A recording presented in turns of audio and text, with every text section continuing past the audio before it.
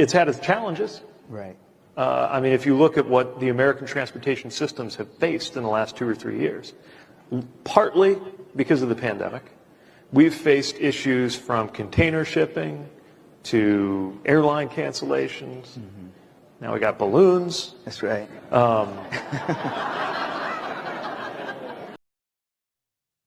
I don't even know what y'all want me to do with this. He's the Secretary of Transportation. People are catching hell. It's the federal government. And they're making excuses. As you've heard me say time and time on this show, and I will continue to say this, I got more expectations of my 2 toddlers than we do for grown A people like this in high positions, making light of the things that people are enduring in this country. He had an opportunity to fix these derailments. Yeah, he did. And so did the administration before that.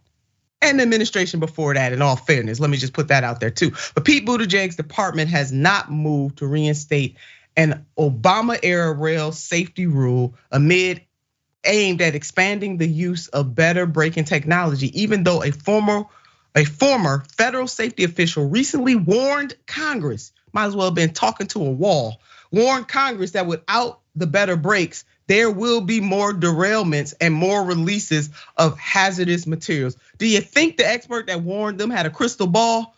Or do you think that this expert understands what will happen next if the federal government doesn't set the rules? How about that? Because you ain't got to be an astrophysicist to understand that if you allow laissez-faire to run amok in any industry, this is what you get. But this dude right here, the Secretary of Transportation, he can afford to be cool, calm, and collected because it's not him or his family being impacted. It's not him or his kids being impacted. It's other folks' kids.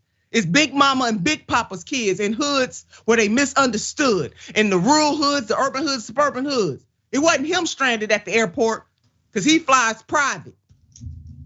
Hello, America? Do y'all see what's happening here? So instead, transportation regulations have been considering. Regulators have been considering. I just want you to wrap your mind all the way around this. I'm about to dress this up for you.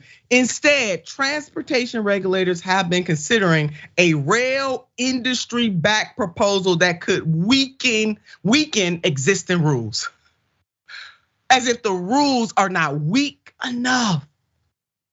These folks want to put even more people in danger. And on top of that, sided with the rail barons over the rail workers when it comes to giving the people sick time. America, I'm talking to you. Are we gonna continue to be complicit in our own demise? So much like Southwest, the systems for trains braking are outdated, relying on Civil War era braking systems, okay? So we talking about going back into the 1800s, just in case folks don't remember when the Civil War happened. Let Sister Turner break it down for you. It's something wrong. The Department of Transportation most recent regulatory agenda, which lists all planned, proposed, and final rules, does not include, let me say it one more good time, does not include an ECP brake rule. Pete would surely support this, wouldn't he? I mean, wouldn't the Secretary of Transportation support this? You would think that the Secretary of Transportation would support this, but look what my stunt double had to say, because she always weighing in. This is what she had to say. Buttigieg, it's been nearly a week since a Norfolk Southern train derailed in East Palestine, Ohio, sending hazardous fumes into the air, and there hasn't been so much as a statement put out by Secretary Pete, the regulator of the railroads. That's unacceptable. It is completely unacceptable. Yasmin, I really, please help me understand what is happening here, because maybe you can help me out. Like just fix the brakes, even from a financial aspect. These accidents must be so much more expensive than brakes, right? And charisma will only get you so far. And I think that we're seeing the extent of how far Pete Buttigieg's charisma is going to get him. Mayor Pete is showing how truly small town he is with all of this, right?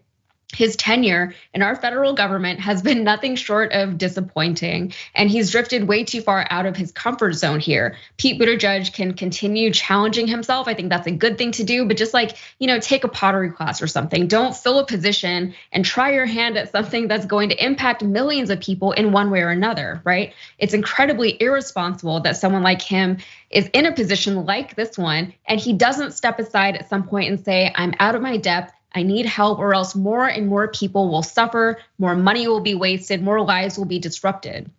He wanted that job, and the immense responsibility that came with it. He practically lobbied for a cabinet position back when he was doing his presidential run, and he's just not living up to it. And to that end, federal leadership, specifically the president that appointed Buttigieg to his position, should take some responsibility for all of this.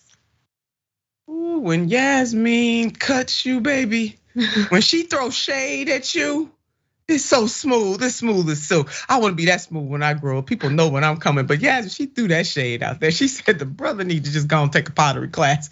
He needs to realize that he is out of his depth. Baby, when you have been cut by Yasmin, you've been cut. You know what I mean? She said that so smoothly. Just, yeah, when I grow up, he is out of his depth. I agree. And the president of the United States certainly has to take responsibility for this appointment. This is just not the job for you, Pete Buttigieg, and it's okay. It's all right. You can find another one. But for the love of God, stop putting people in harm's way in service to your own donors as you plan to run for president of the United States of America again at some point. Let's just put that out there too. Yasmin, cut them smooth. I'm just gonna go straight for the jugular on this one.